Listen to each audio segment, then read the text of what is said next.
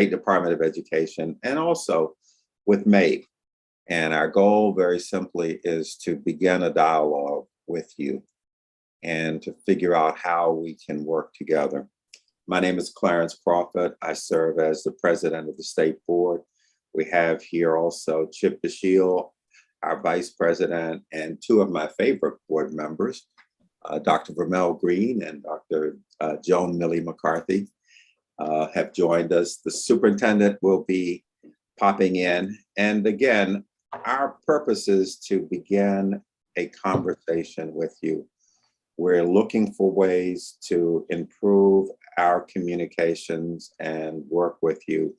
We have many major issues in the state of Maryland around the strategy and the blueprint, and we are humble enough to know that we can't do it alone. We need you, and we really are looking for ways that we can partner with you, at the same time respecting our separate roles and responsibilities.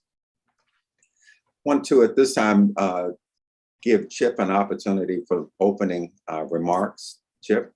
Yeah, thank you very much, Clarence. And I'm excited to see so many of you participating today in this very important conversation that we're having with our local boards of ed. So thank you very much for joining us this afternoon. As many of you know, the State Board and the State Department of Education are working together to develop a strategic plan which is going to transform the educational experience for all of our students in Maryland. Stakeholder engagement is a critical component of that planning process, and local boards of education are critically important stakeholders in both the development and implementation of our strategic plan. So I'm looking forward today to listening, to hearing your thoughts on how we can collaborate together on this very important initiative. We on the State Board value your leadership and your experience in our shared mission to deliver a world-class education for all the students in Maryland. So thank you again for being a part of this conversation. Our state superintendent has joined us, so I'm happy to turn to him, Mohammed Choudhury, for any opening remarks. No, nothing long other than thank you for spending time out of your day to hang out with us as we continue to work to both transform the department and also continue to transform our education system in Maryland to get it right for all kids. I often say we're only as strong as our most struggling student. And so I have enjoyed spending time in each one of your systems as I wrap up my first year. I don't know if you know, one of the things that I do is I like to spend an entire day there. I shadow a student for half the day, and then I shadow an adult. And so I started with your superintendent. And so I'm looking forward to coming back again as we start the next school year. So I've really enjoyed experiencing the classrooms across the pre-K 12 spectrum in all of your systems, and as well as doing all the drives that I did myself and just really getting a sense of Maryland and all the different, both the diversity and the needs, as well as the commonalities when it comes to certain challenges. And so thank you for making the time, and I'm looking forward to just listening and learning today. Thank you. Thank you. Vermel, would you like to make some opening comments? First of all, good afternoon. And I want to thank Clarence for that glowing introduction as one of his favorite board members. Remember that, Clarence, the next time we have a difference of views. Probably later this afternoon. Oh, it's a pleasure being here. I admire you all. I have great admiration for what you do in your districts. And sometimes we forget just how vital a strong local board is to the functioning of the schools. So thank you so much for being here, and I look forward to the conversation. Thank you, Mel. Joan? Hi, everyone. My name is Dr. Joan Mealy McCarthy, and I am very happy to be here. I am a Calvert County resident, but I work in Anne Arundel County, and I am in awe of the work you do as board members in your counties to step up outside of all of the things you do every day in your work and your family life to volunteer to make sure that the kids in your district have everything they need and deserve for world-class education. And so I am personally indebted to you because I know the work that is done in Calvert, and I know the work that is done here in Anne Arundel. So I'm excited to be a part of this conversation, and I'm looking forward to learning. So thank you for this opportunity. Okay, great. We're going to just very quickly, I'll just call you, and if you would just introduce yourself. Joanne, are you on? Oh, yes, I see you. How are you doing? Good afternoon. I'm Joanna Tobin. I'm president of the Board of Education for Anne Arundel County. Thank you. Thank you. Ronald McFadden. Let's see here. Okay. Rick Barton. I am here. Great to be with you. I'm the vice president of the board in Caroline County. Okay, great. Ken, did I see you? Oh, yes, I see you. How are you doing? Good. Yeah, I'm Ken Kiler. I'm current president of Carroll County's Board of Education, and I'm halfway through my fourth year of a 4-year term. Welcome again. And Tara? Good afternoon. My name is Tara Battaglia. I'm the current vice president of Carroll County Board of Education, and thank you for having this opportunity for everyone to come together and listen and learn today from everybody. Great, thank you. Laura? Okay, let's see here. Okay. Sherri?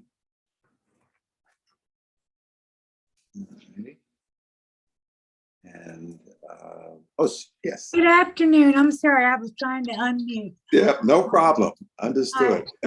I'm Sherri Hubbard. I'm Vice President of Board of Education of Dorchester County. Yes. It's a pleasure to meet all of you. Some of you I already know from working on the Legislative Committee and the Conference Planning Committee. So hello to those I know and to those I don't. So anyway. Thank you. Thank you. Hi from the Eastern Shore. Actually, I'm in North Carolina right now, but hi from North Carolina. Okay. All right. That works too. Sue? Okay. And Vicki? Good afternoon, Vicki Catronia, Chair of the Howard County Board of Education. Great. Thank you. Brenda? Good afternoon. I'm Brenda Wolf, President of the Montgomery County Board of Education. Welcome. I'm pleased to be here this afternoon. Welcome. And Carla? Good afternoon. Carla Sylvester, Vice President of the Board for Montgomery County Public Schools. Okay. And Juanita?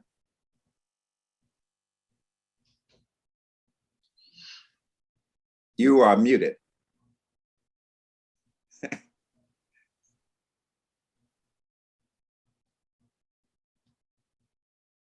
Thank you. Good afternoon. Juanita Miller from Prince George's County, proud, and I am the chair of the Board of Education. Welcome, welcome.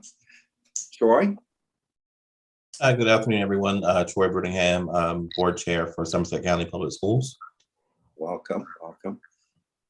Penelope? Good morning or good afternoon. Yes, I'm Penelope Nicholson. I go by Penny, and I'm vice chair of Somerset County Public Schools. I'm sorry, I didn't hear. How do you prefer to be referred to? Penny. Penny like a coin. Yeah. Got it. All righty, Penny. And Melissa?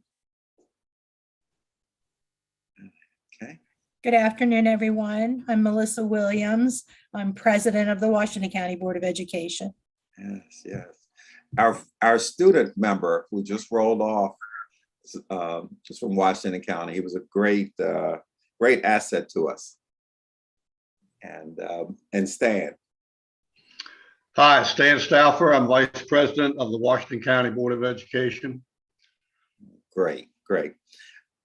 what I'd like to do now is just to, as I said, we're going to spend the first half hour with the introductions, and then really want to look at question number one. Please tell us how we're doing. Tell us what is working well and what needs to be improved. And I would just say, if you could do that as thoroughly but as briefly as possible so that we can get as many people in. Please feel free to put comments in the chat. We'll pick those up, or you can send us a note or give us a call. So how we're doing, and please be candid. We can handle it. Dr. Crawford. Yes. If I could speak up, I guess, I don't know how I got missed. I submitted my Google form, but anyway, just to introduce. Jim, yes, please. Yes, I'm sorry. Jim Newcomb here, current chair of the Caroline County Board of Education.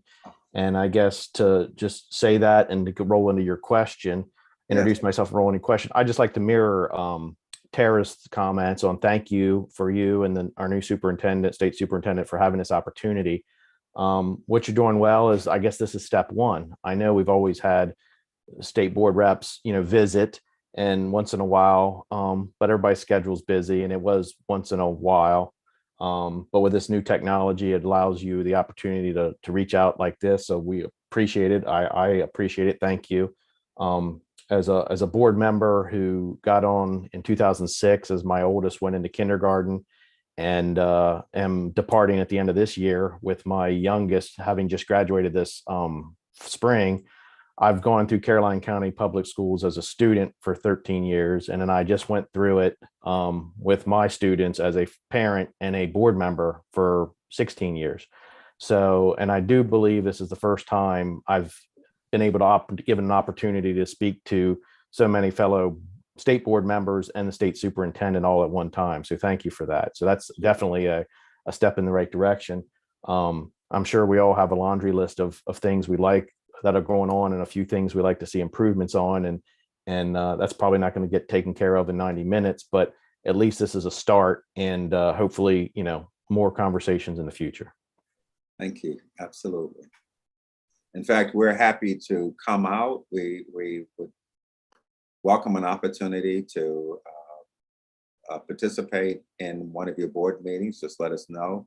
The other thing that we've been toying with, we were starting to think about before the pandemic, was actually taking the state board meeting, one or two state board meetings, and actually host them at one of your locations. So that's also on the table as well. So anyone else with comments, positive, and then areas where we can improve? I'll jump in here, Clarence. I want to agree with Jim. This is my 4th year on the board, and it's the first time that I've had any contact with the State Board of Education. So this is a really positive step in my mind for you to take. I also wanted to say, because I'm on the legislative committee, that for the first time, you all have supported legislative bills. It's the first time that I know of. And that was really important to us, because usually you just sent around a letter of information. So I think that those two things are really big steps in my mind. And I look forward to seeing you, because one of our suggestions is that you come to a local school board meeting. Absolutely. Send us an invitation. We'll definitely do that. And I have Vicky, then Juanita, and then Ken. Yeah, I wasn't sure, are we raising hands or what, but I wanted to make sure that my colleague was introduced, Christina Donald-Small. She wasn't called on. Our vice chair could not make the meeting, so she was kind enough to volunteer and come to this meeting. And I want to echo everyone's comments. This is fantastic. And I think something twice a year, maybe a Zoom format where we can connect like this, I think will be really beneficial, and we can be more proactive rather than reactive to issues that come up and face each and every single board of education in the state. So I applaud this as a first step and hope to see it as a regular occurrence. Okay. And thank you to our state superintendent and our state chair for making this happen. Thank you. Thank you. Juanita? Good afternoon again, and I applaud the State Board for hosting this meeting, and I agree with it was Jim and Vicki who just spoke in terms of the board hosting or having meetings around the state. I really think it's a great idea because people need to see that you do it. You're human.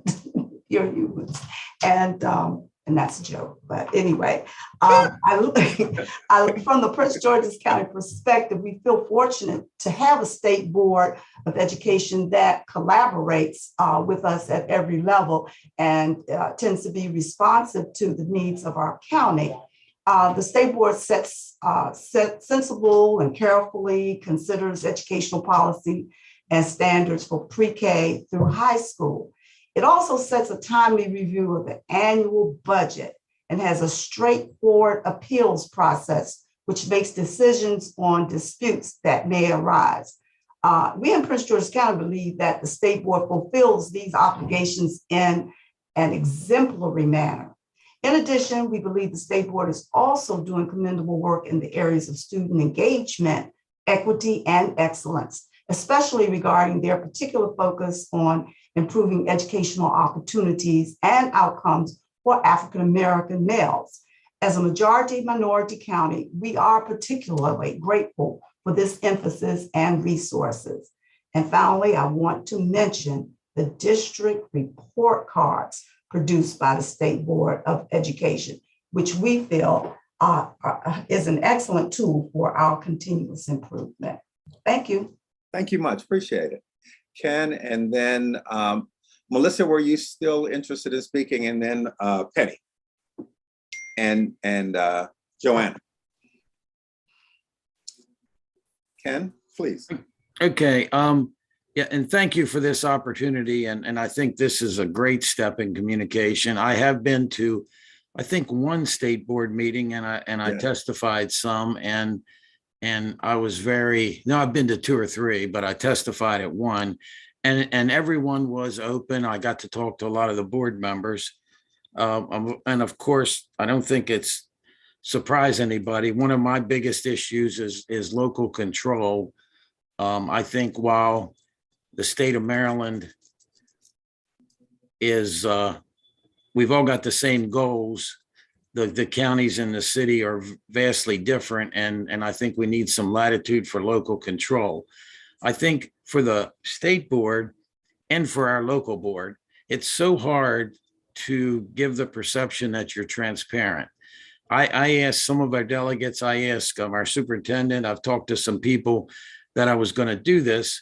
The most common thing I heard is it's so hard to talk to a state board member. You go on the website, you can't find an email address. I know our board has a common email address that all 5 of us plus the superintendent immediately see those emails. One of the delegates asked one of the state board members, who will stay unnamed for this purpose, how can I get in touch with you? And that person said, the only way I know of is send a letter through the mail to our state office. Well, that's in today's world, that's one of the worst ways to maintain communication. So I would just love to see the website be a little bit more friendly and clear, concise ways to get in contact with the superintendent and individual board members, or maybe everyone as a group, whatever you guys prefer. I just think it fosters transparency. And I know, again, at our board, the more you try to be transparent, the more you seem to get complaints that you're not, but we've all got to keep trying. And I do have some of, Clarence, I see you're smiling. I do have some of the cell phone numbers, and I have talked to some, and I need to show some more initiative, and I will be bugging you. And, communication is so important. And again, thanks for this opportunity. This is a great step. Sure, absolutely. And we do have an email address, and I know one of the things that we've been talking to the superintendent about is continuing to make our website a little bit easier to use and more friendly. So we'll be moving in that direction, but I understand what you're saying. Thank you much, Ken. Thank you. We have, I think, Melissa, you were next, and then Penny. Thank you, President Crawford. I'd like to echo my thanks, echo the thanks of those that have gone before me for providing this opportunity. This is the second roundtable that I have been able to participate in. And I think back to some time ago when General Sumter was part of a panel at an annual MABE conference, and he extended an invitation to those in attendance to pick up the phone and call him if we had a concern, or if we had something that we wanted to make the state board aware of. And having served on the board for a number of years at that time, it never occurred to me to do such a thing. I thought, well, how presumptuous to think that I would do that. So you've gone a step beyond that and come to us, reached out to us, and made this roundtable possible. And I thank you for that. I'd like to extend an invitation to you to bring the state board to Washington County. We'd love to host you at our Center for Educational Services. So please put us on the list. I'm making a note right now. We'll be back in touch. Okay. All right. Great. Thank you. And now we have Penny. Hi, good morning again. Morning. Everybody has asked and answered the first question. One of the things that you can do better is to communicate with individual boards. And by opening this up, you're doing just that. And I applaud you for it. As Ken and Melissa said, we would love to have you come down to Somerset County and visit. And I think it is so important with so many issues that are confusing sometimes to the board members, but to parents. And a few of the elephants in the room are CRT and the 1619 project. It would be beneficial if you could come and explain to the parents if you're going to propose this as curriculum change in Maryland. And if so, how and what benefit is it going to be to the children? That's everybody's focus down here on the shore, is what's best for the children. Absolutely. So I look forward to seeing you and possibly Dr. Choudhury. I know Dr. Choudhury has already visited, but we'd love to see him again. Absolutely. I also sing Ken's feelings about the importance of local control. We know really what's better for the needs of our students, and in coordination with that, the needs of the parents, to get their support and to provide transparency. And again, the saying goes, what may work in Baltimore City is more than likely not going to work in Somerset County. We are the poorest county in the state of Maryland, I'm unhappy to say, but we always hope that that will change. But we'd love to have you come down because our kids and the quality of the education they get is so important. Absolutely. So thank you for the time to meet with you. And again, I applaud you for correcting everybody's wish for better communication with the state board. Thank you. Absolutely. Thank you so much for your comments. Joanna? Yes, thank you again. And again, this is a terrific opportunity and much appreciated. And I think goes a huge way to beginning to address a couple of things that I think would benefit from some improvement. Broadly, I think the communication that you're so obviously working to open up would allow us to do something I think is very important and has become even more evidently important during the pandemic, which is to maneuver as nimbly and quickly as we can in response to various changes in circumstance. An example this past year was recognizing that, we had snow days and now we have a virtual capacity, and can we adjust to that as necessary? And I think collaboration, even greater collaboration between the local boards and the state board and the State Department is hugely important in that process. I would add a couple of things. I think, and I've had the opportunity to talk to a couple of board members, state board members about this, and they've been tremendously helpful. But we continue, for example, from my perspective, to need, again, some flexibility, for example, in licensure requirements that differentiate between, for example, career changers and typical teachers who come right in from the typical education training track. In a time when I think we can all agree it's challenging to attract and retain the best teachers, this is something I'd like for the state board to continue to look at. We have a lot of fabulous career changers in our system in Anne Arundel County, and but we want to keep them, and we want to make sure that we don't have licensure requirements that don't really address the experience they bring and what they can continue to offer to the system. The other thing I would suggest is, as a very big and very diverse county, we have many different dynamics in our various schools, and the report cards have been terrific.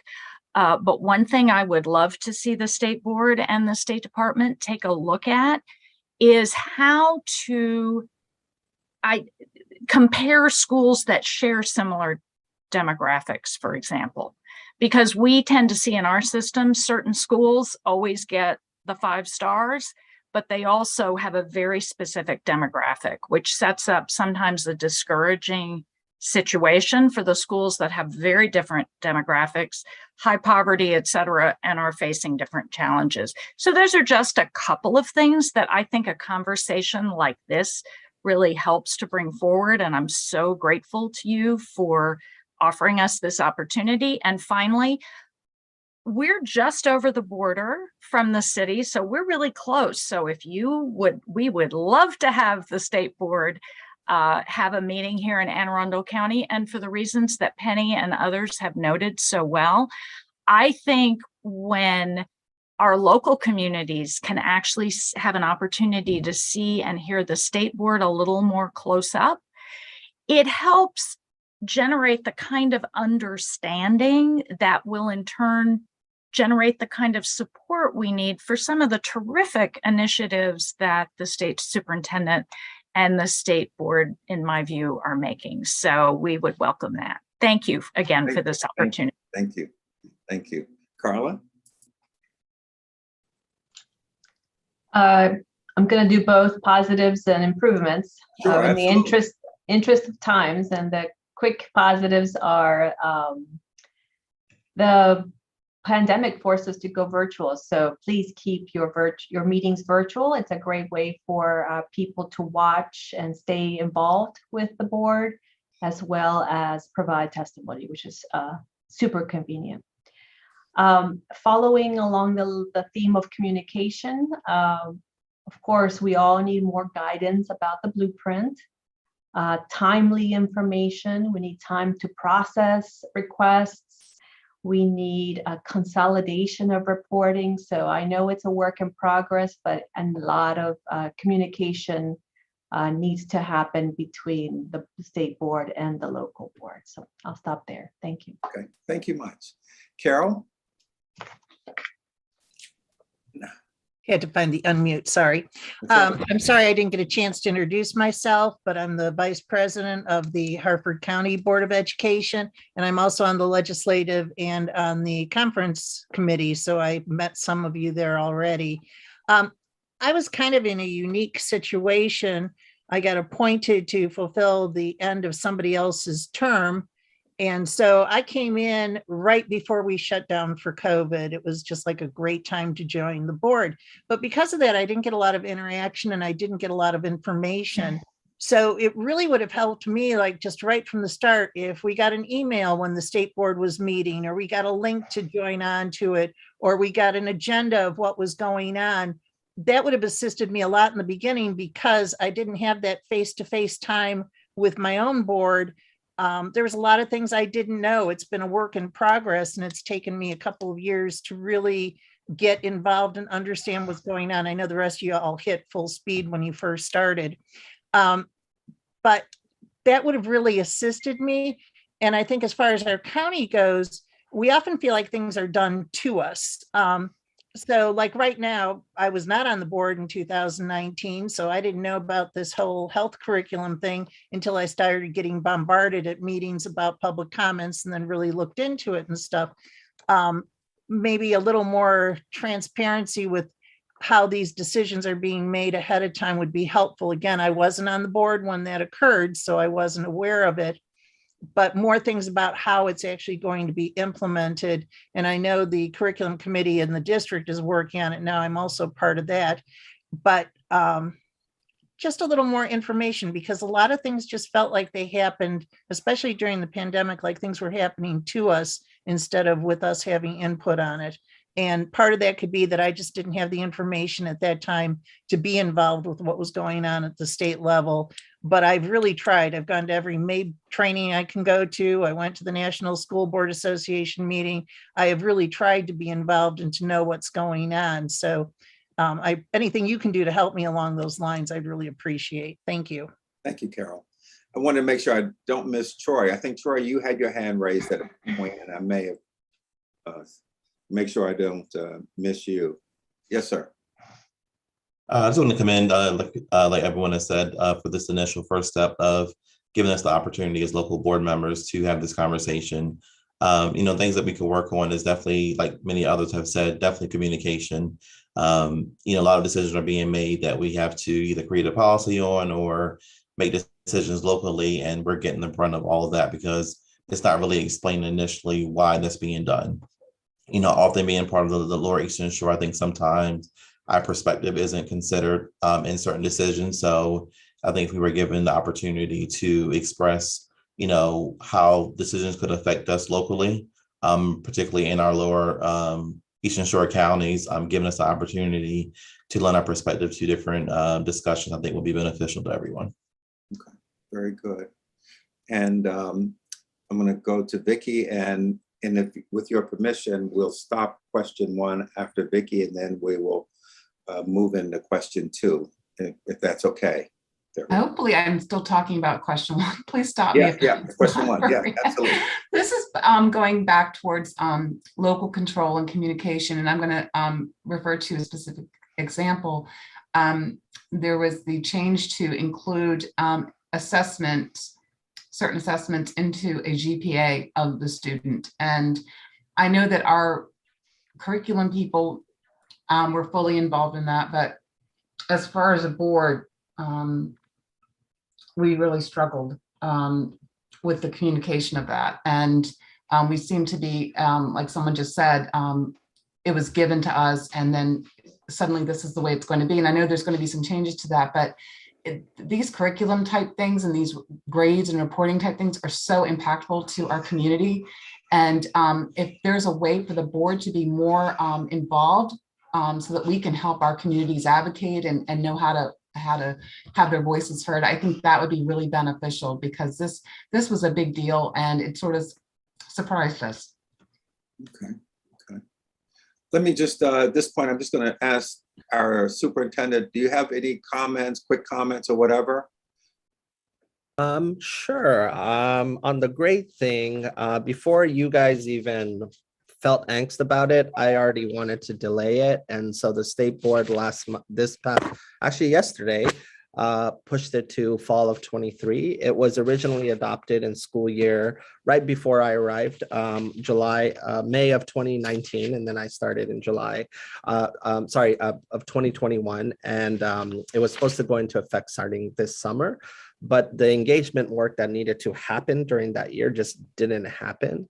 And after I uncovered what actually was going on, I said, we're not going to do it like this. That's not going to work. So we did a reset. And so basically we're using this coming school year to work very closely with the accountability teams in each jurisdiction, as well as there's a messaging component to it because it's a big shift, right? Being able to have 20% of EOCs count towards the grade. So just so you know, the state board adopted that yesterday, actually. And so the goal is to get this year right. On teacher licensure, you don't even have to tell me that. I want to blow up teacher licensure than the way it exists right now. But the blueprint, there's tensions there because the blueprint is running towards licensure exams. Whereas the rest of the country is adapting around it, including my own stomping grounds in Texas, and alternative preparation, because the best teacher ultimately is going to be a teacher who comes in, gets strong induction the first 3 years, gets a quality mentor, a quality observation tool that observes them, and then ultimately they either graduate from induction and they're tied to a strong school culture, or they don't, and you decide to say, this is not for you. Everything else is just some foundational pieces that they need, and there's different ways to capture that. So you have my commitment on that, but it's not just COMAR, it's also legislation. And so that's gonna take some tensions. I often like to say, there's the 14 on the board and the 7 in the AIB that I have to get it right with. And so, and then there's all you guys. And then there's another board called PISTAB. I don't know if you know, made up of teachers and people from higher ed who also vote, get 50% of the vote on teacher regulations. So I'm with you on that, especially in this post-COVID world as people reassess their lives, their careers, and such and things like that. So I would those are the two things that I would address that I heard for today, just to be able to clarify some things. But I want you guys to know on teacher regs, it's not just COMAR, it's also legislation. And then, I'll do one more, test scores. As someone who has only worked in 90% Title I school systems, big and large, as big as 700,000 students, which is pretty much Maryland, and as small as 50, I'm coming from states where they prioritize growth, because oftentimes proficiency is a measure of wealth, and it is not a measure of school quality. And our real estate agents don't do a good job. When you go to realestate.com, my wife and I are shopping for a home, they're like, oh, you don't want to go there. They don't know that I'm the state superintendent, so I don't really take value in those real estate ratings because they're flawed, because it's just a measure of wealth, and they exacerbate property wealth, they exacerbate where people live, perceptions, etc. So we should probably work on that as well too. But on one of the bigger challenges is Maryland has laws that limit on how you can craft that report card. And so you may have seen the tension, this was before I arrived, Protect Our Schools Act, Protect Our Kids Act by the governor. And so, but ultimately you gotta prioritize growth. For example, in Texas, the model is best of proficiency or best of growth. Well, guess what? High poverty schools have a fighting chance to look excellent because they're growing with the baselines they have. So that's my philosophy. And I'm not going to change that because I know I've only gone to Title I schools and I've worked in them. So just know there's a bigger battle in that, but I would like to revamp the report card to really prioritize growth and look at that and what school quality is. But you should also talk to your real estate agents and how they talk about your schools and things like that if you really want investment in your community, because they're not helping. I'll just leave it at that. We're going to move to question 2, and I'm going to give Vermel and Joan a heads up after we've heard question 2. If you have any observations from that, I'm going to come to you guys. But the question we have for you is a very simple one. How can we help you be successful? What can we do to help you be successful? You've given us some insights on some things already, but if you have some more ideas of what we can do to help you be successful. So I see Brenda and I see Jim. Brenda, please. We kind of covered this a little bit in question 1, and you may not remember sitting next to me last year at the MAID meeting, but I was hounding you about the fact that we have AIB, the state, and the and MSDE all creating strategic plans. We need someone to ensure that this is not a duplication of effort, to go through, because there is so much reporting that's going on right now. So it would really help us if we could consolidate requirements and get rid of any duplication that's being done through that process. The other thing, and I'm going to stop after this one because I'm sure a lot of people have a lot of things, but it's important that the local boards of education be considered stakeholders in what you're doing. Any decisions, it would be nice to have some input in particular from the local boards. And I'll stop at that point. Okay, alrighty. One thing that we are working very hard to do is to build an effective relationship with the AIB. So we're meeting with them, had lunch with the chair a couple of weeks ago. I think the superintendent did. I'm meeting with the vice chair. So but we're really working hard to minimize duplication and to try to get us on the same page. One of the things that we've asked the superintendent to do is to look for opportunities where we can consolidate regs or reporting, or perhaps even go back to Annapolis and propose some areas where we might be able to eliminate certain reporting requirements. So we'd be open to your suggestions about specific ones that are problematic. Jim, let me come to you. Thank you. Well, COVID put another level of this, probably for many of us, I believe, but student behavior and discipline. I mean, the state offered guidance back in 2014 and then a resource guide in 2017. So, that was, 5 and 8 years ago. And since this, I think, throughout our district, the state, and I believe even the nation, just behaviors of the students and the parents has gotten worse. And this we all know it's not right to suspend children without educational opportunities, but what's equitable and appropriate for our teachers, our staff, and our students to be exposed to in the classroom. And how do we deal with this appropriately? I mean, you got a lot on your plate every day, every year, but has the state board heard any of this? Has our new superintendent heard any of this? And is there any, opportunities to revisit and give local districts the tools they feel like they don't have to appropriately control the classroom to benefit the overall education for all students? I guess is what we hear the most. Okay, we'll come back to that. Good point. Thank you. Ken? Yeah, Jim and Brenda, great comments, and hopefully that will make me talk less. But the primary thing I think Carroll County needs help with is funding. We feel a little bit like the middle child. We're not the biggest system. We're not the smallest system. We think we get lost in the shuffle. We have no low-performing schools, and we don't want any. But it just seems like the wealth calculation and how we perform punishes us more than helps us. And particularly as we get into Blueprint, I'm very concerned about all of our staff, especially the educators, on pay and pay raises.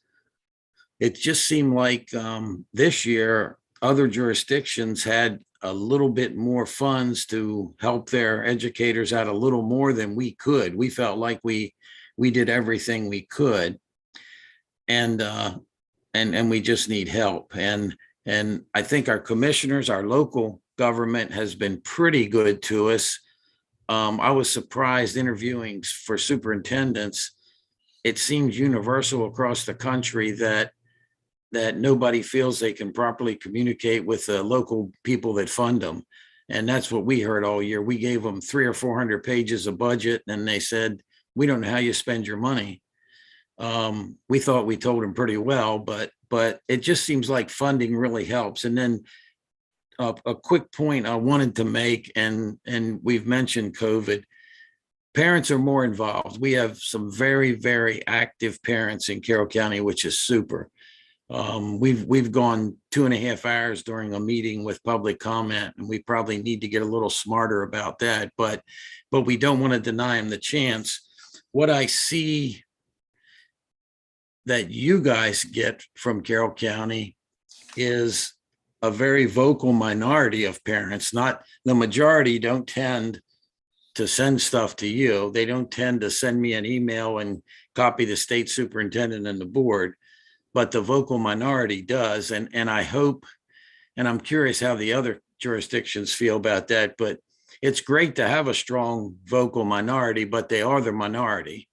And we're elected to serve the majority. And the communication gets jumbled sometimes. So all I want is better communication and more money. So I'm pretty simple. I wrote that down, more communications and more money. Okay, we'll work on that. Thank you much, Ken, appreciate it. Joanna. Thank you. So one very sort of straightforward practical thing and one slightly broader thing. The straightforward practical thing is for us, some of the requirements around how we assess the capacity of a new building doesn't work very well for us. We've had too many times where we've opened a brand new school with portables because we're limited on how far out we can look. And as a large and growing county, it's just not cost effective. It's always more expensive to later go back and add to schools. So I would put in a plug for that. The other thing I would say is more broadly, I think it's always valuable if the state board publicizes, in a sense, the importance of local boards and what we do. And I think one example of a place where this may be necessary at times, and obviously we've gone through some very complicated times these last couple of years, and we've had to maneuver in circumstances nobody imagined just a few years ago. But we ran into a situation with regulations that you all passed, and we appreciated them in December of last year with regard to mask mandates. And it turned out that the Department of Health was producing a bunch of data which actually was going to state legislators, but never came to us. And I think that's one of those cases where everybody was scrambling and trying to do the best they could. But state boards who were ultimately charged with making that decision kind of got lost in the shuffle. And so I think it's important, to remember that whatever information is necessary to us to fulfill the regulations from the State Department and the state board that we are responsible for needs, the follow-up needs to happen to make sure we get it, that we're in that chain of communication. And obviously we know as boards of education, we fit this funny, we're quasi-state, we're we're fit somewhere in between the state and local. And that's just an example of a place where I think there needs to be sort of a pin put into whatever the communication map on a regular basis that have the boards of education at the local level gotten everything they need. So thank you for that. Thank you. Thank you. And we have Carla. Yes, thank you. I would say two things. One is we still get lots of complaints from families and teachers about too much testing. So if you want to help us to better educate our students, what more can be done about testing, in particular for English language learners? We have 30,000 some English language learners in Montgomery County, and there's additional testing for them than there is for the average student. And we know that they need first instruction time with their teachers as much as everyone. And so I really would love the board to take a look at that in general for everyone, but in particular for English language learners. Okay. And the other thing is more global. It's just mental health. Mental health is at top of mind for many school systems. What are we going to do about it to help our students be emotionally ready to learn? And so we're all figuring it out, but if it would be great for the state to have a statewide campaign around best practices or helping to build the pipeline for mental health workers, which of course we know is deficient. So thank you. Thank you. Melissa? Yes, thank you. I don't know how feasible the suggestion is, but I would like to see the state board give some consideration to facilitating more opportunities for us to come together, perhaps as governance teams, superintendents, board leadership.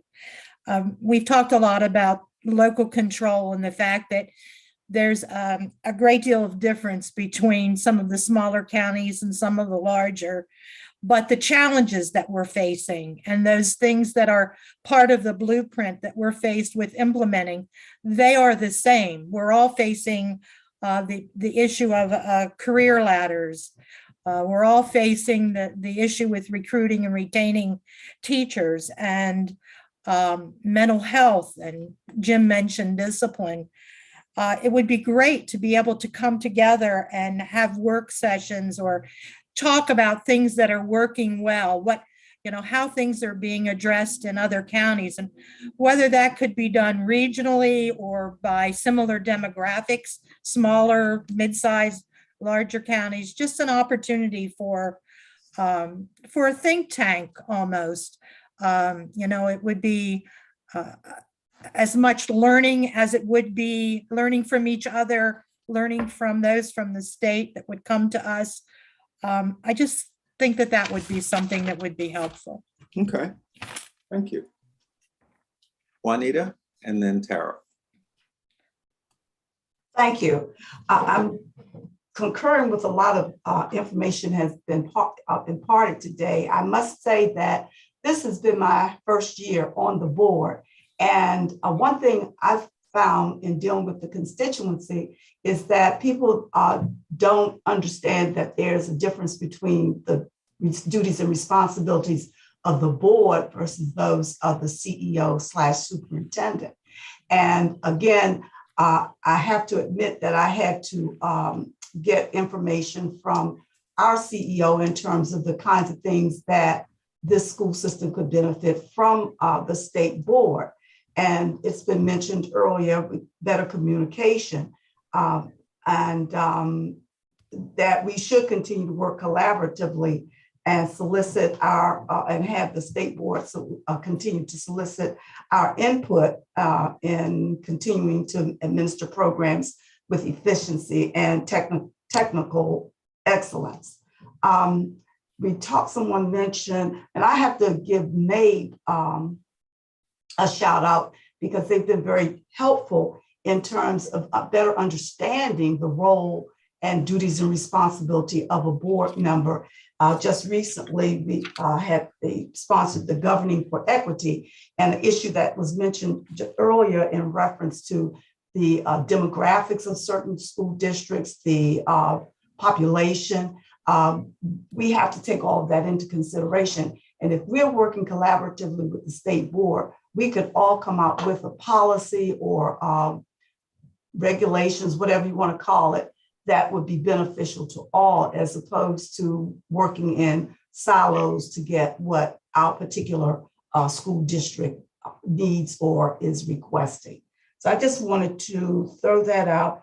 And I'm looking at the notes that I was taking as we were making comments. So, well, that was it. And I concur with the more communication and money issue as well. Thank you. Right.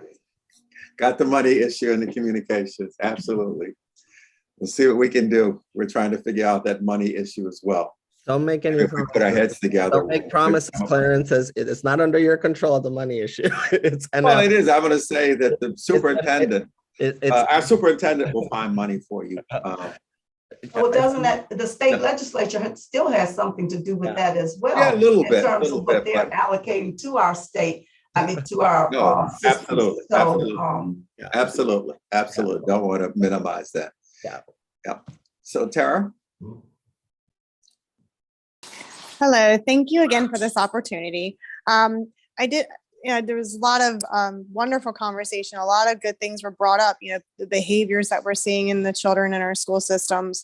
It's across the state. It's not just one county or another county. It is across the state. The funding formula, definitely, we need to take a look at that. Because like, for instance, Carroll County, we're considered 9th in the wealth formula, but majority of, or a lot of our families that live in the county Carroll County is basically a bedroom community. So where one may live here, they work elsewhere where they make a lot more money. And I mean, unfortunately, that does go into the formula of everything, especially with the census. And it doesn't really say what a good part of our population is. We do have a homeless, situation here in the county. We do have families who are considered in poverty or lower income. And unfortunately, our schools suffer for that. I mean, it's a hard balance to have, but I think it's also, it's statewide. Regarding, the career ladders and pay, I mean, I would love to see, an even pay scale across the state for our teachers, in every county. Again, we were hearing like some counties are losing teachers to another county or vice versa. And again, that's another issue we're all having. It's not just Carroll County, it's all counties. We have teachers leaving to go to make more money. So maybe there needs to be some type of balance in the pay scales. I know, a couple of years ago when the pensions were handed down to the county levels, that took a toll on some of the counties as far as trying to get their teachers their steps and their increases.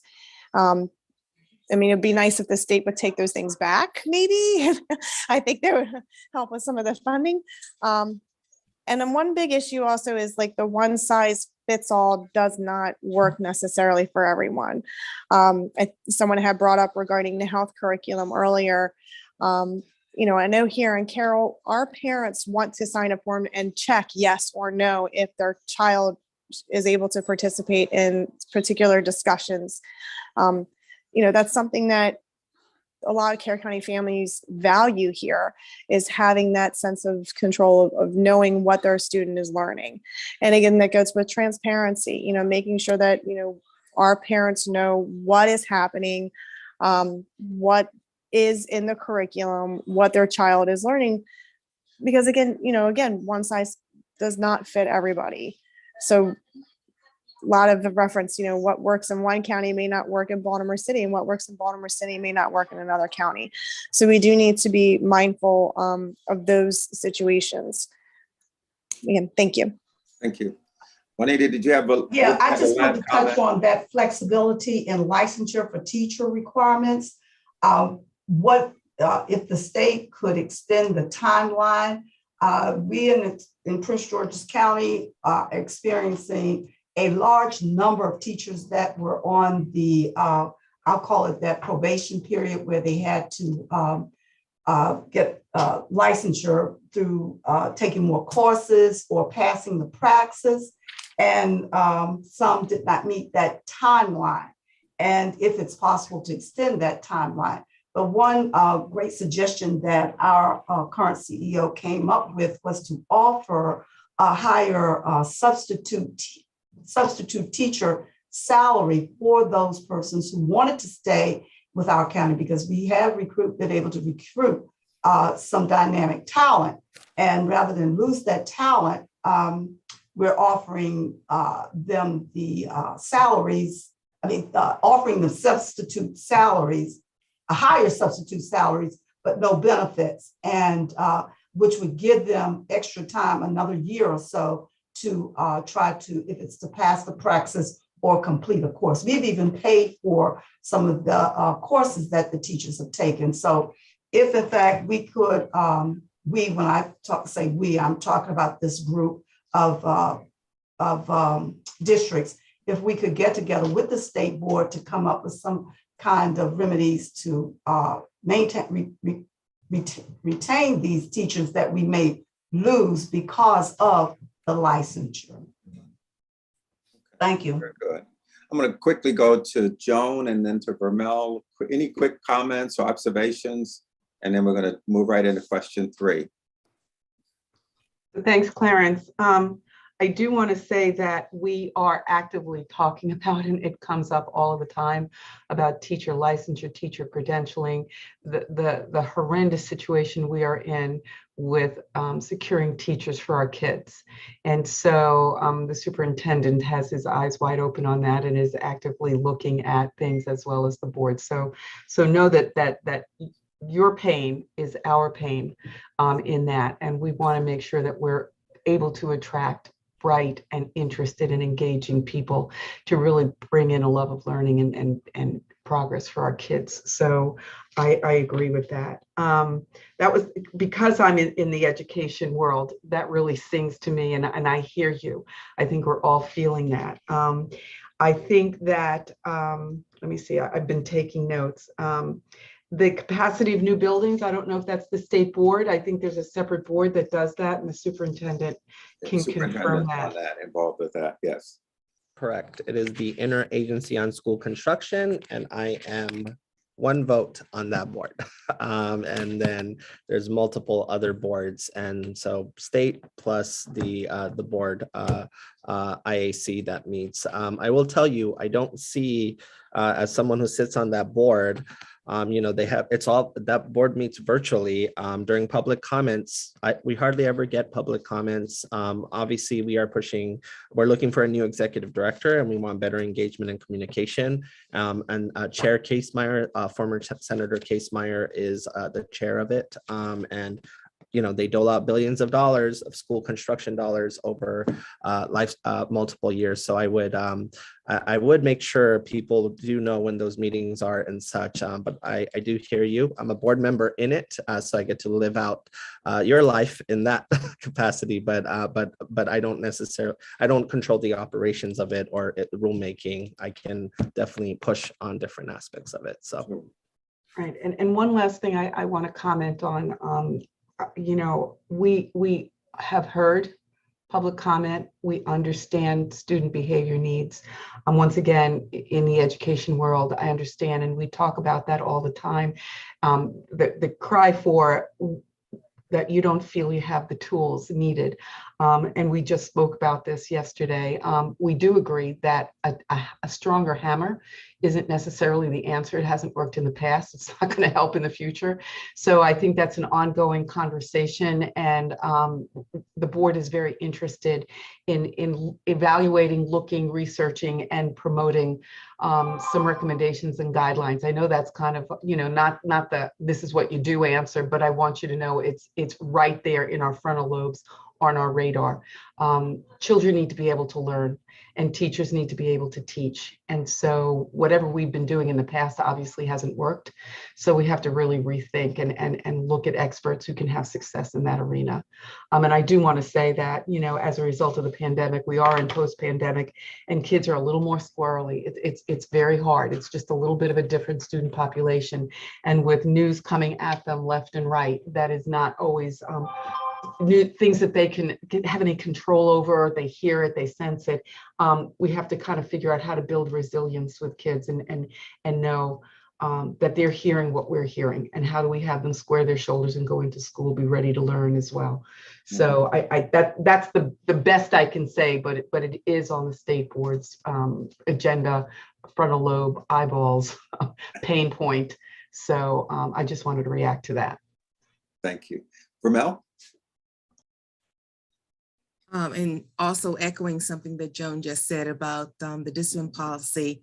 In 2019, we revisited those guidance documents that someone mentioned came out, first of all, in 2014 and 2017. We went over that. We had a series of kind of focus groups come to the board to talk to the task force on discipline.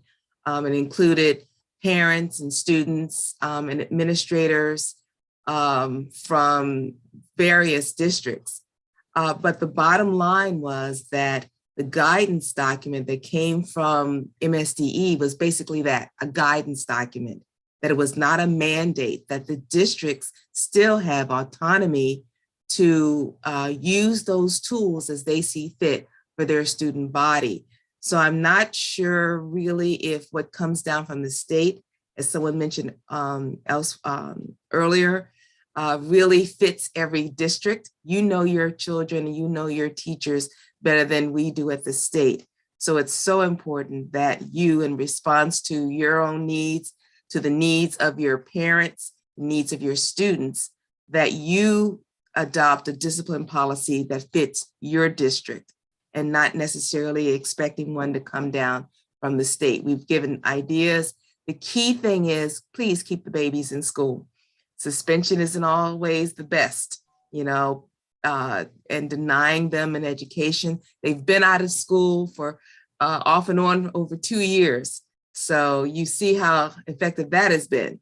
So definitely use those tools at your disposal. And I also wanted to just talk just a second about the call for more money. In yesterday's board meeting, Superintendent Choudhury went through several programs where he is sending millions of dollars to the schools and to the districts. The kind of money that had I been the recipient of when I was in the district, oh my word, to have gotten something like $50,000 would have blown our minds. And districts and schools are getting many more times that. So I just urge you to please contact Superintendent Choudhury or contact your finance people, or whoever gets the news about money that's coming down. Because according to this, every district, yes, some districts more than others, but every district is getting a boatload of money from the federal government, from state government. So please, and I urge you to take advantage of those grants that are coming, especially, and I'll end with this, one of the key things that President Crawford has done and Superintendent Choudhury has done is sending out surveys and asking all our community leaders and parents and anyone, members, to please fulfill this survey, answer this survey that's on the website. And the number one item on that survey that parents said that they needed was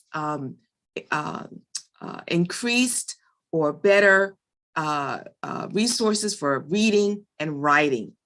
And then we noticed that yesterday when Superintendent Choudhury showed us the districts that have taken advantage of applying for those millions of dollars that are being offered to help districts institute science of reading. There were 2 districts, and he didn't tell us who they were, and we didn't ask, but there were 2 districts that didn't take advantage of that.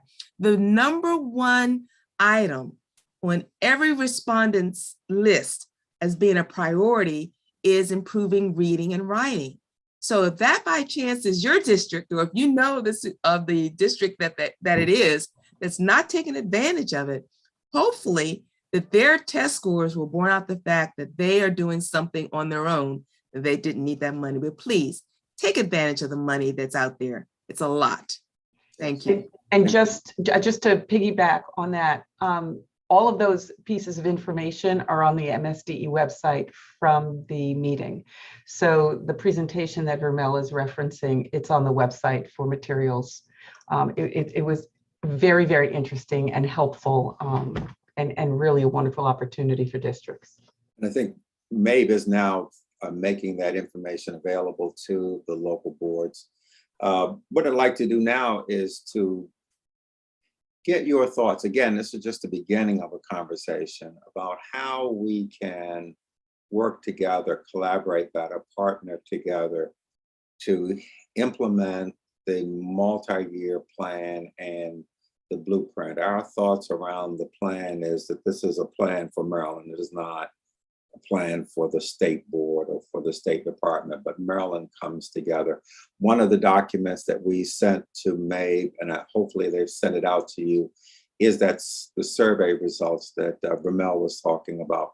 We have about 23,000 respondents, and the number one priority, whether you look at race, occupation, business, teacher, student, county, was improving education at in the primary grades, improving the reading in the primary grade. So again, we'll start this conversation about what we can do, how we can work together. I'm going to allot enough time at the end to give Chip and Mohammed an opportunity to comment, and we'll close out. And again, this is just the beginning of a conversation. It's not the end.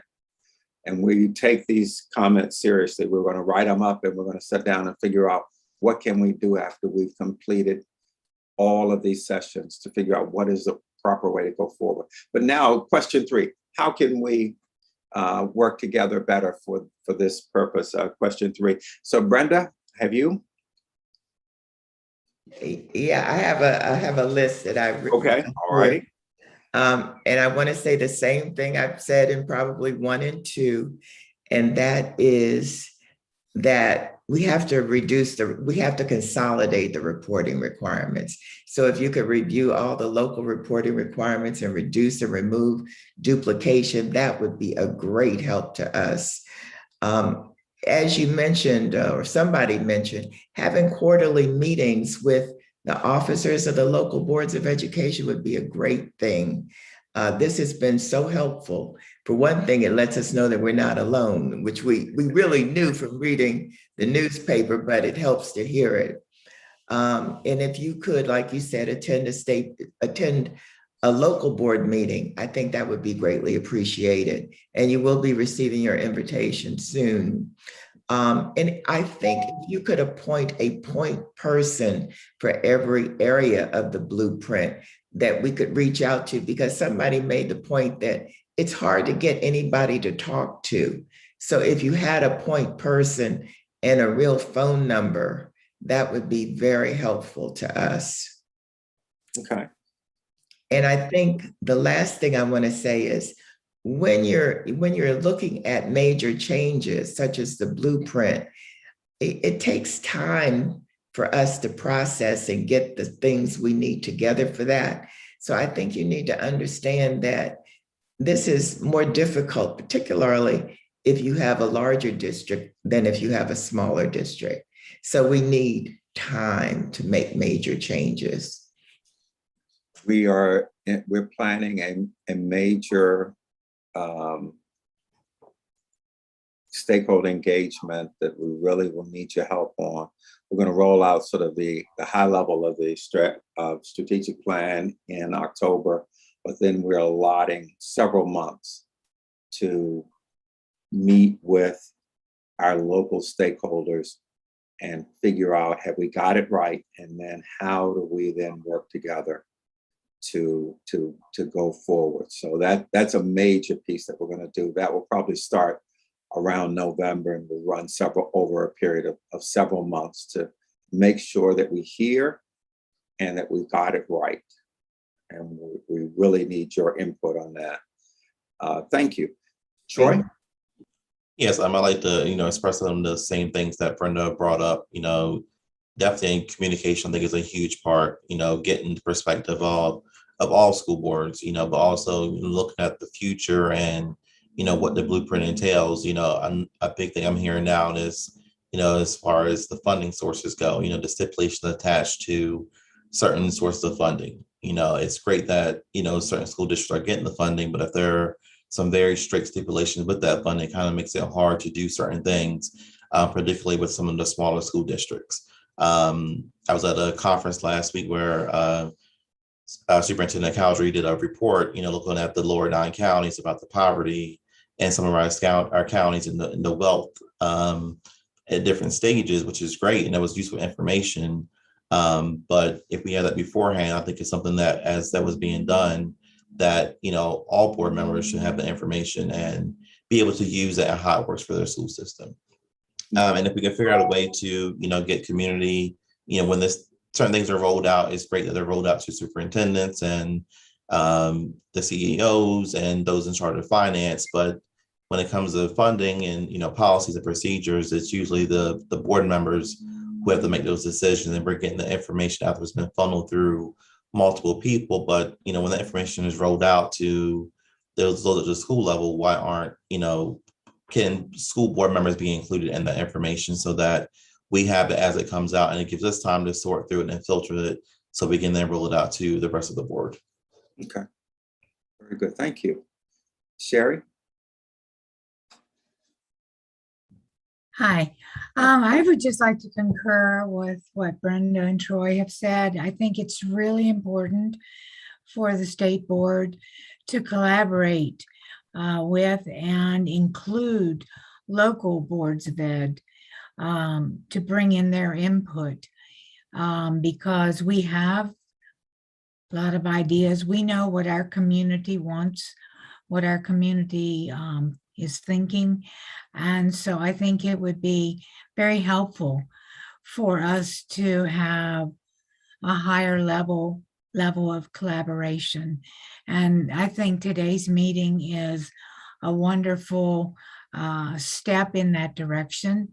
And I'm very pleased that we've had this, and I have gotten a lot of good feedback from other counties from listening today. But coming from a very small county and a very poor county, sometimes we tend to feel overlooked, possibly, might be a good word. And so I think if we are brought into the fold and ask our opinions and, so that we can be heard and that we can hear what's going on without hearing it fifth hand down the line, I think would be a really great place to begin. Okay, excellent, excellent. Thank you. Thank you. Thank you very much, everyone. I would like to now give Chip an opportunity and then our superintendent opportunity for closing comments. And again, this is the beginning of a conversation. This is not the end. So we'll be back. We've got one more session with board members in July, and Fazam has contacted us. So we'll have a couple of sessions with your superintendents, probably late July, August timeframe. So we're going to sit down and figure out and talk within the board and figure out how do we move forward on it. But you have our commitment on the communications, and I personally value listening. I don't, and having different views and opposing views doesn't bother me in the least bit. I think I learn a lot. I just sit and listen.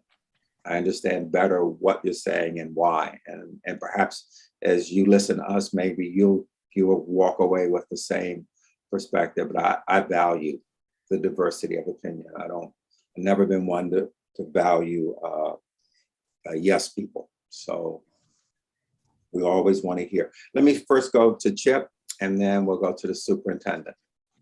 Thank you, Clarence. I appreciate that. And I'd like to extend the appreciation of our state board to all of you for your participation today. These sessions are very valuable to us in all that we do. And I want you to know we appreciate your time. You're busy folks. You have taken time to let us know what you're thinking. And as Clarence has said, this is just the beginning of the conversation, and we hope it will continue. Just two key words that I heard from all of you today, and communication and collaboration. I heard about money too, but I think maybe we'll let that rest with some other folks.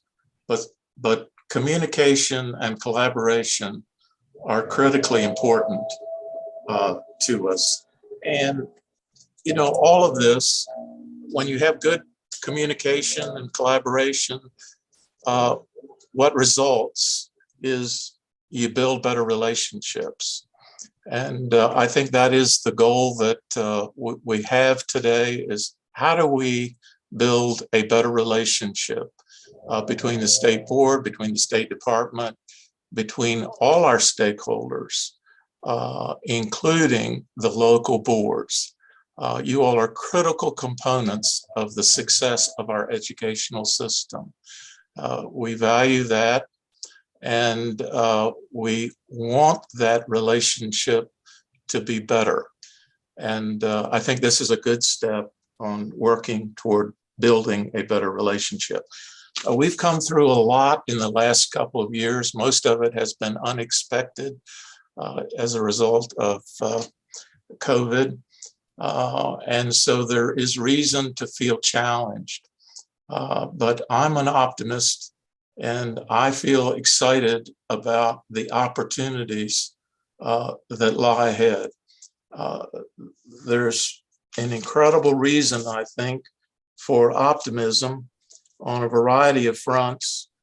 We can start with the state board. I think we have, I feel, a very energized State Board of Education that wants to engage stakeholders, that wants to hear what you're thinking as we consider what we can all do together to make educational opportunities for the kids of Maryland even better. So we have an energized state board, and we have, I think, a transformative state superintendent who also is incredibly energized about what we need to do to make the educational system in Maryland the best in the world. And that's exciting. And he's rolled up his sleeves for the past year. And I think they're going to continue to stay rolled up for many years in the future to make education opportunity for kids as best as it possibly can be. And that's exciting. In connection with that, we have a blueprint that lays out many things that we can do to make that happen.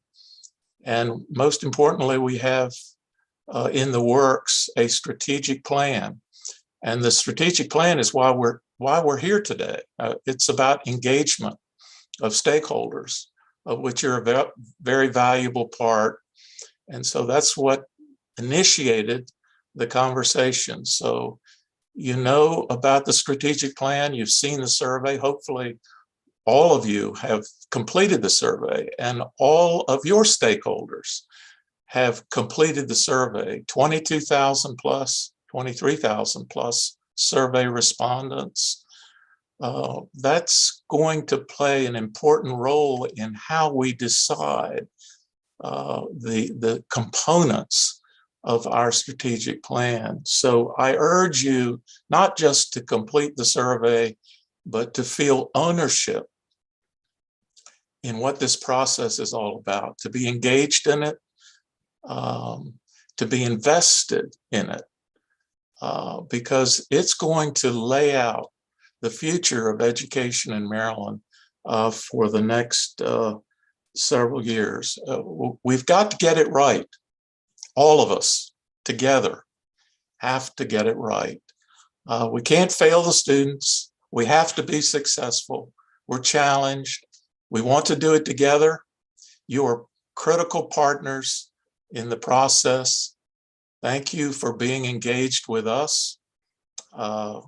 It's critical that we have better relationships and that you feel that you are a partner in this process. So we're going to do all we can to make that happen because the future of students in Maryland rests on it.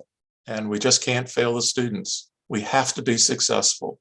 So thank you for your role, all that you do to make this a successful story for the kids of Maryland. Thank you very much.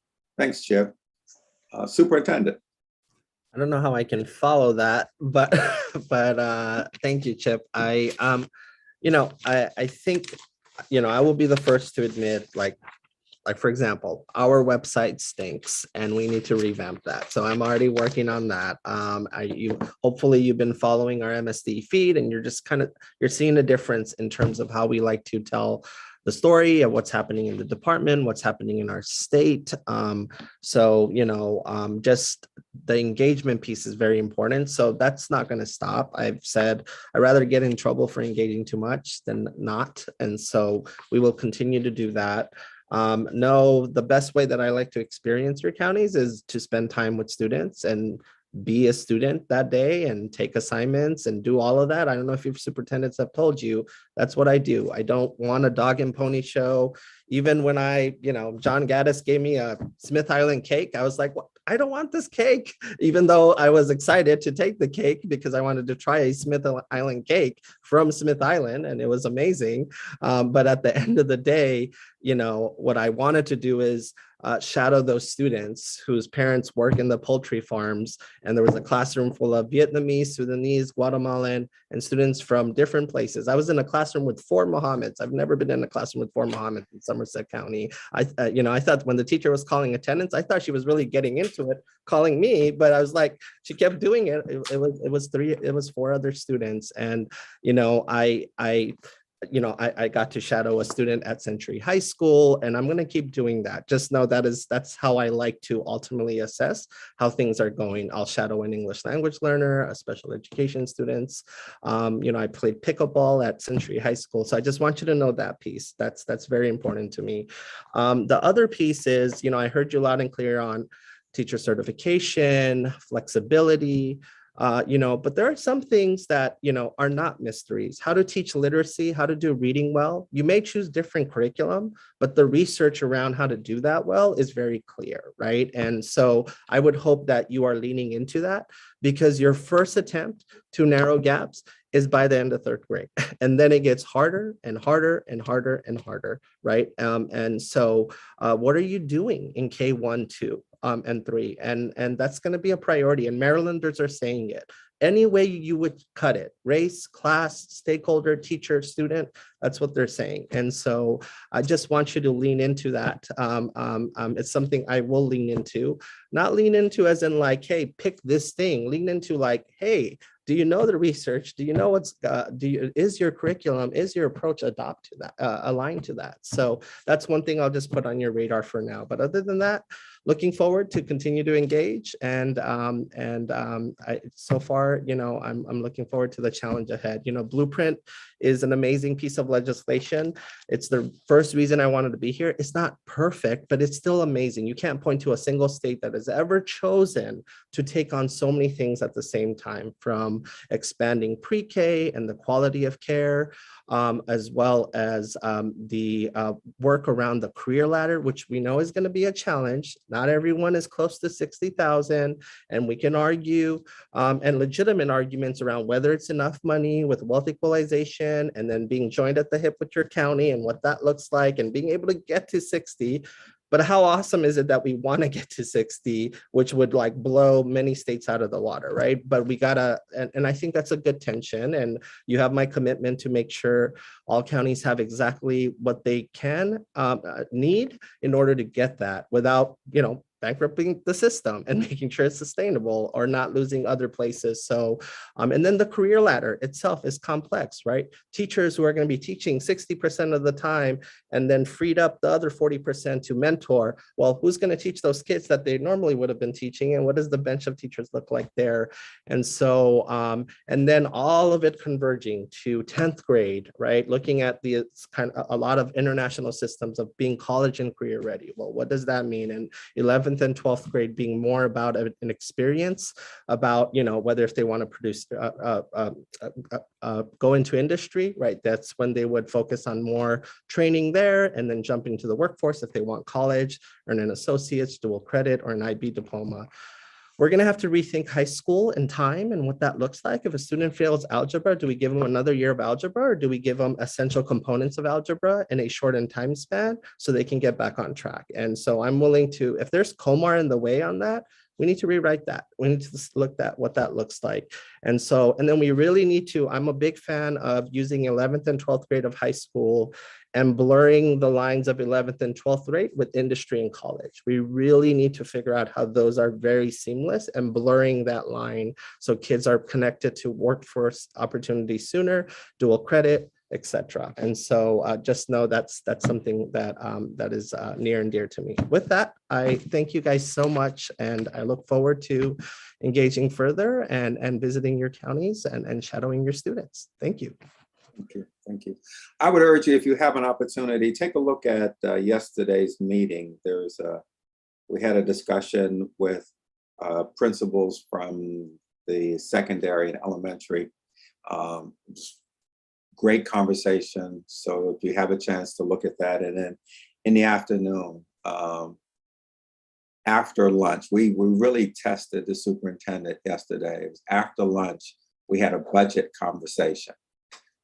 And I said, I sure hope people don't fall asleep, because we're on TV. And people did not fall asleep. And in that, I would urge you to take a look at the discussion, especially around the Maryland Leads grants and what's going on there. But again, thank you so much for your time. And we will be in touch. As I said, we have one more next week. And then we want to do the superintendents, but we want to then sit down and figure out what do we do. But definitely coming out, you have our commitment on the engagement, the collaboration. We just have to figure out how to do it. But yes, and we heard you on the points of contact and ease of access. We're in 100% agreement on that and figuring out how to do that better. Again, thank you so very much for everyone, and have a great rest of the weekend and summer. Thank you so much. Bye-bye.